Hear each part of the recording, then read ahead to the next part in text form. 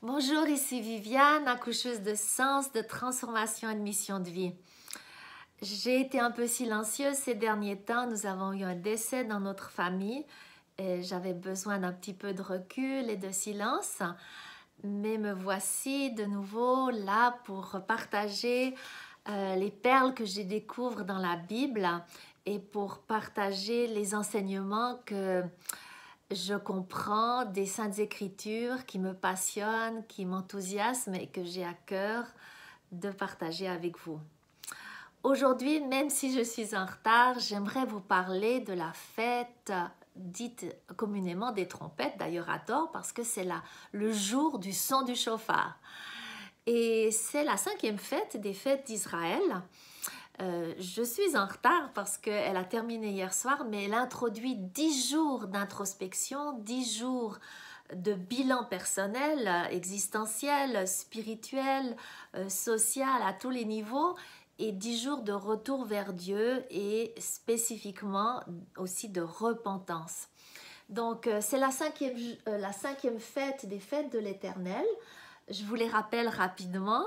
Donc, la fête de Pessah, la Pâque, la fête des pains sans levain, la fête des premiers fruits, la fête de la Pentecôte, 50 jours après Pâques, Pessah, Shavuot, et ensuite, ça c'est les fêtes du printemps, les fêtes de l'automne, après la Pentecôte, donc la fête du son du chauffard, dite des trompettes, Rosh Hashanah, la fête de Yom Kippour, du grand pardon, et la dernière fête, la fête de Sukkot, ou la fête des tabernacles, des tentes, des cabanes, qui clôt les fêtes de l'automne. Alors le son du chauffard, il est particulièrement pour les fêtes de l'automne, les fêtes du dernier cycle, des fêtes qui illustrent l'œuvre du Messie qui veut sauver l'humanité, qui veut se rapprocher des humains, Dieu qui veut être dans un lien d'intimité avec les êtres humains. Donc cette 5e fête, il est dit dans le livre du Lévitique au chapitre 23 ou du livre des Nombres au chapitre 29 que c'est une fête d'une sainte convocation, donc de rassemblement.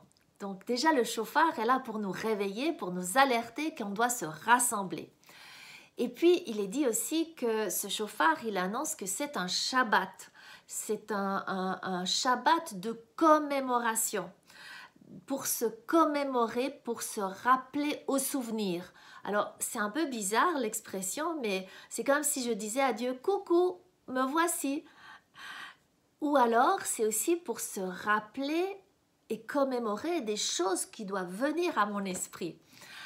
Et si on est dans le contexte de Moïse qui parle de cette fête selon les instructions de l'Éternel, eh bien, le premier souvenir qu'évoque le chauffard, eh bien, c'est cette corne de bélier dont chaque chauffard est fait. Et c'est la fête qui évoque la première mention du bélier dans la Bible, qui est en rapport avec la ligature d'Isaac, que vous pouvez lire dans le chapitre 22 de la Genèse. Effectivement, dans ce chapitre 22, Abraham croit qu'il doit offrir son fils en sacrifice. Dieu, par l'absurde, le lui demande pour lui enseigner quelque chose d'autre. Il lui dit non, il lui demandera jamais d'offrir son fils en sacrifice, mais il lui demande de le monter sur la montagne. Mais lui, à cause du contexte dans lequel il vit, où on offre des enfants en sacrifice, si les païens font ça, à plus forte raison, le grand Dieu de l'univers doit nous demander cela. Et Dieu va lui enseigner alors qu'il s'apprête à sacrifier Isaac, il l'arrête pour lui montrer un bélier qui va remplacer justement Isaac. Et cette corne de bélier évoque la miséricorde de Dieu, la libération de Dieu, le Dieu qui pourvoit. Il est un Père qui pourvoit, un Père qui libère. Aussi bien Isaac qu'Abraham, de leur immense angoisse, de leur questionnement intérieur incroyable. Et cette ligature d'Isaac nous enseigne que justement Isaac est une figure messianique qui va être remplacée par le bélier, ce chauffard que l'on annonce pour nous rappeler que Dieu pourvoit, Dieu est miséricordieux, Dieu est celui qui veut nous libérer des fausses conceptions, des fausses croyances que l'on peut acquérir par notre culture et surtout une culture païenne qui est encore toujours présente dans nos civilisations. Et puis, il faut se rappeler d'une autre chose encore, c'est que lorsque Moïse reçoit les enseignements de Dieu, justement les enseignements sur ses fêtes, eh bien, il est dit dans Exode chapitre 19 et aussi Exode chapitre 20, lorsqu'il va enseigner à Moïse, lorsqu'il va le rencontrer, descendre sur le mont Sinaï et lui demander de venir le voir, d'être en vis-à-vis avec lui, eh bien, il est dit qu'il y a comme un chauffard qui retentit dans cette montagne. Et l'on peut se commémorer que le chauffard, en fait, c'est comme lorsqu'il est soufflé, c'est comme la voix de Dieu qui résonne, qui enseigne, qui donne ces 10 paroles d'humanité, ces 10 paroles, ces 10 commandements qui est le fondement de toute éthique, de toutes les civilisations de notre terre. C'est pour cela que il est important quand on sonne du chauffard, de se dire « je vais être alerté, enseigné, je vais être attentive et attentif aux enseignements de Dieu qui descend, qui vient, qui s'avance vers moi. Est-ce que moi je vais répondre comme Moïse et monter vers lui, être en vis-à-vis avec lui, manger avec lui, recevoir ses instructions, les noter comme Moïse l'a fait, ou est-ce que je vais être comme le peuple d'Israël, avoir peur et de dire mais moi je me tiens éloigné de tout ça parce que ce son de chauffard surnaturel me fait peur. Je dois me souvenir de quoi encore au jour du son du chauffard? Eh bien que quand on le voit, il y a des batailles à mener, que ce soit avec Josué devant Jéricho, avec Gédéon devant les Amalécites, eh bien Dieu demande une participation minime de la part de l'être humain. Dieu veut se présenter comme un Dieu qui combat pour nous, qui combat avec nous. Si on apporte un minimum qui est de sonner du chauffard, qui va mettre les ennemis dans la crainte et en débandade et qui va nous permettre de conquérir ce à quoi et d'obéir à Dieu à ce à quoi il nous demande d'agir. Donc je vais me souvenir que Dieu effectivement combat pour moi et que moi j'ai à sonner du chauffard. Me souvenir de quoi encore? Eh bien, me souvenir que comme Moïse et les responsables du peuple d'Israël l'ont fait pendant 40 ans, que lorsque je dois bouger, eh bien, c'est au son du chauffard. Lorsque le chauffard sonnait, c'était le moment de bouger, de ne pas rester encroûté dans mon désert, dans ma petite tente, dans mon confort, et de me mettre en marche vers le pays promis. Je dois encore me souvenir de quoi? Eh bien, que je dois redevenir à l'image de Dieu. Parce que la Bible, et c'est surprenant, mais présente ma propre voix comme la possibilité d'être un chauffard. Donc, je peux sonner du chauffard pour prolonger ma voix, mais ma voix peut être aussi un chauffard. Et chaque fois qu'il est dit de crier à plein gosier, de crier à pleine voix, c'est le mot lié à la fête des trompettes qui est employé et c'est le mot qui va signifier que ma voix va alerter, avertir, encourager à se réveiller, encourager à bouger, encourager à aller de l'avant et à me préparer à rencontrer un Dieu qui descend vers moi, qui vient souhaiter un vis-à-vis avec moi. Et donc, c'est le moment où je vais devenir comme une sentinelle avec ma voix. Je vais devenir comme Jean-Baptiste qui crie dans le désert, comme le chauffard pour se mettre en route, ou comme tous les prophètes qui ont eu des voix de chauffard. Et Saint Paul nous dit, j'espère que vous prophétisiez tous. Donc tous nous pouvons avoir un chauffard, soit à sonner, soit à proclamer avec sa propre voix. Et nous devons nous souvenir encore de quoi? Eh bien, peut-être de David, qui lorsqu'il fait monter l'arche de l'Éternel, qui a été prise par les Philistins et qu'il va ramener à Jérusalem, il va non seulement danser, on s'en rappelle très bien, d'ailleurs il a été méprisé par Mika, sa femme, à cause de cela, devant l'Éternel, mais il va aussi sonner du chauffard devant l'Éternel. Et ça, c'est pour dire, mais réveillez-vous, il y a la présence de Dieu qui arrive de nouveau à Jérusalem. On va le mettre de nouveau roi parmi nous. Il va de nouveau être le roi des rois, le Seigneur des seigneurs à Sion, à Jérusalem. Et je vous invite à me suivre, à proclamer, à faire résonner votre joie. Et effectivement, dans les psaumes, il va dire qu'on peut louer le Seigneur comme avec le chauffard. Donc, plusieurs souvenirs. Mais le souvenir donc du roi des rois à Jérusalem, c'est effectivement ce qui a toujours été connu dans la tradition de la Bible, c'est que l'on sonne du chauffard lorsqu'on va introniser, lorsqu'on va donner allégeance, lorsqu'on va s'engager face à un roi qui va monter sur le trône. Et voilà pourquoi il est dit dans le livre des rois et des chroniques que lorsque Shlomo a été intronisé, eh bien on va sonner du chauffard. Donc c'est une invitation à nous à venir, à nous rassembler pour acclamer le roi, pour lui donner le sceptre, pour lui donner notre allégeance. Et c'est très intéressant que cette intronisation est présentée dans l'Apocalypse au chapitre 4 et 5, qui est justement entouré de trompettes et d'adoration et d'acclamation. Alors tout cela, c'est vrai que ça nous rappelle que Dieu est non seulement le roi des rois, mais aussi un créateur. Et c'est aussi une commémoration à la fête des trompettes, à Rosh Hashanah, qui est appelée aussi Rosh Hashanah, où l'on se rappelle,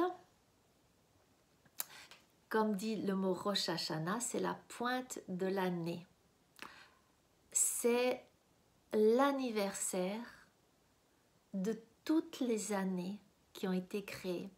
C'est l'anniversaire de la création de l'humanité. Et cette fête, elle a lieu toujours au 1er de Tishri, dans les mois bibliques. Et c'est des mois qui sont selon le calendrier lunaire. Donc c'est aussi la fête de la première lune.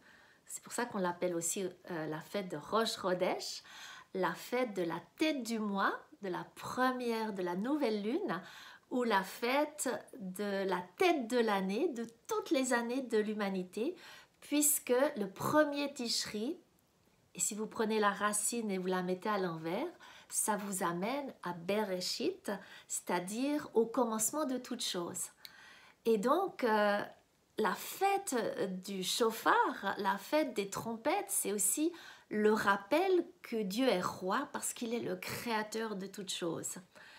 Et c'est pour ça que d'ailleurs à la fête des trompettes, dans les traditions des Juifs, des Israélites, on mange 2 pains qui sont en forme de couronne pour justement signifier que l'on va accueillir le roi et donner allégeance au roi et se rappeler à son souvenir. Alors nous avons Rosh Chodesh, la première lune, le début de la lune nouvelle. Donc, comme c'est un tout petit croissant que l'on doit voir apparaître dans le ciel, comme bien sûr au temps biblique, il n'y a pas d'instrument pour l'univers, pour mesurer les étoiles et la lune de télescope, eh bien, il faut qu'il y ait deux témoins qui atteste que la nouvelle lune a bien commencé. C'est pour ça que la fête en général dure 2 jours et qu'elle est associée à ces expressions typiques de la fête du chauffard qui est on ne sait ni le jour ni l'heure. Donc lorsque vous trouvez ça dans la Bible, ça fait allusion à la fête des trompettes, à la fête qui précède Yom Kippour. Donc Rosh Chodesh, Rosh Hashanah, donc la pointe de l'année, la naissance de l'humanité, la commémoration du Créateur, Roi des Rois, Seigneur des Seigneurs. Et c'est pour ça qu'on l'appelle aussi donc la fête de Yom Amalek, la fête donc du couronnement, de l'intronisation.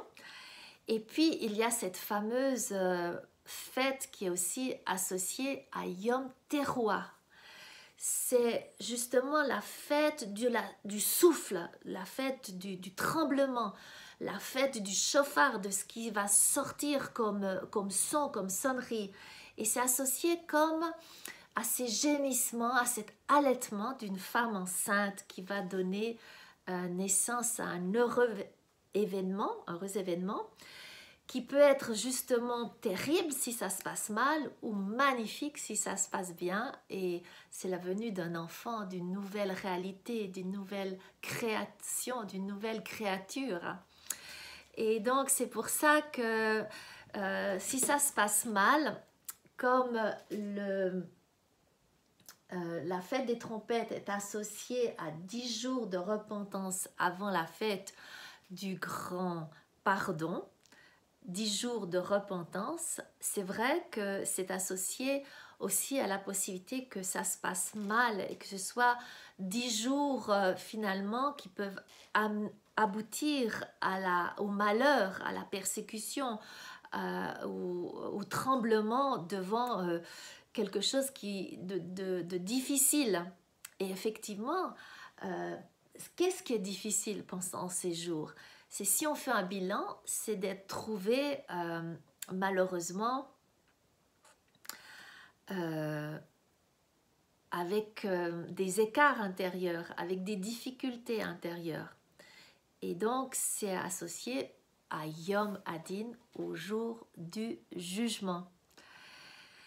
Et c'est là qu'il est dit qu'il faut des livres, parce qu'on ne se rappelle pas de tout. Donc il faut se souvenir aussi de tous nos actes de l'année précédente pour faire un bilan honnête.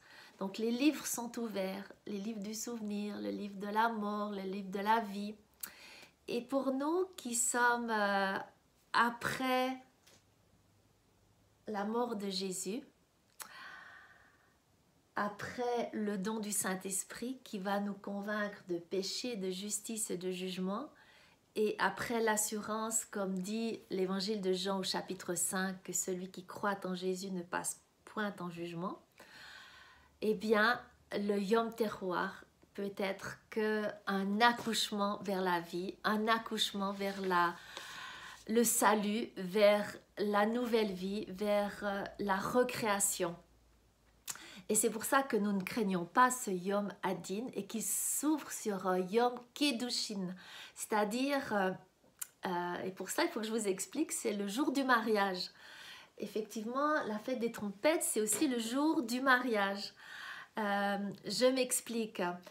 À Kippour, on annonce toujours, c'est le jour qui annonce le jour du mariage, c'est la trompette qui annonce le jour du mariage. En fait, on sonne le chauffard aussi à Kippour et la 50e année de Kippour qu'on vit, eh bien c'est la fête du jubilé. Et cette fête du jubilé annonce le rétablissement de toutes choses. Et le rétablissement de toutes choses dans la Bible est toujours signifié par la parabole du fiancé qui vient épouser sa fiancée, de Dieu qui vient chercher son peuple, qui vient chercher son Église pour être dans ce vis-à-vis, cette intimité définitive et qui va être justement ce mariage qui va être célébré. Et la fête de Yom Teruah, la fête des trompettes, c'est pour nous annoncer que ce mariage arrive.